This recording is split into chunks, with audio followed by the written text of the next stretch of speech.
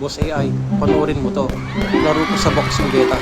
Kita mo naman, namang mo sa avatar ko. Kasurang jacket, walang sombrero, tapos walang guantes. Handa nang bumagsak ang panga. Aba, mukhang seryoso tayo ngayon, Boss Kurt. Pero teka, abot lang naman pala yung kalaban mo sa ring. Mukhang madali ang pera lang to para sa wallet mo. Huwag malilitin ang bot na to. Boss AI, mapusog din to oh. Ayan na, nagsimula na ang round 1. Tignan mo kung paano kong iwasan ang mga unang jabs niya. Left dodge, right dodge.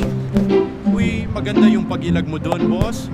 Pero nakatama siya ng ilang power punch na bawasan ang buhay mo. Hawakan mo yung block button para mag-heal. Chill ka lang, Boss AI. May diskarte ito. Panoorin mo ang counter attack ko. Jab, jab, hook. Ayan, cordon na siya. Round 1. Kita-kita sa screen. Round dominance. Nice shot, Boss Kurt. Nadagdagan agad ng $2 ang wallet mo. Pero pumasok na ang round 2, mukhang mas naging agresibo si Bod. Galit na yata sa'yo, panay ang sugod. Kahit anong sugod niya, hindi niya masisira ang depensa ko. Tingnan mo, panay ang combo ko sa kanya. Habang nakastack siya sa ropes, medyo bumababa na rin ang stamina ko. Pero all block lang para makarecover. Ang galing sa pag-block at pag-atake.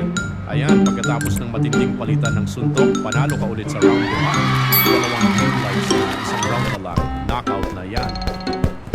Huling round na, round 3, boost na ang stamina nitong bot na to. Pero pilit pa rin lumalaban. Panoorin mo tong pinakahatol ko. Boss AI, isang malakas na power punch. Bam!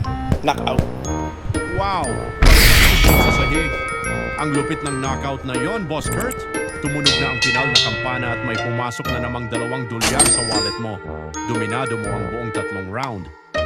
Sabi ko sa'yo walang wala tong bot na to. Diskarte lang. O paano? Nag-pop up na yung prompt.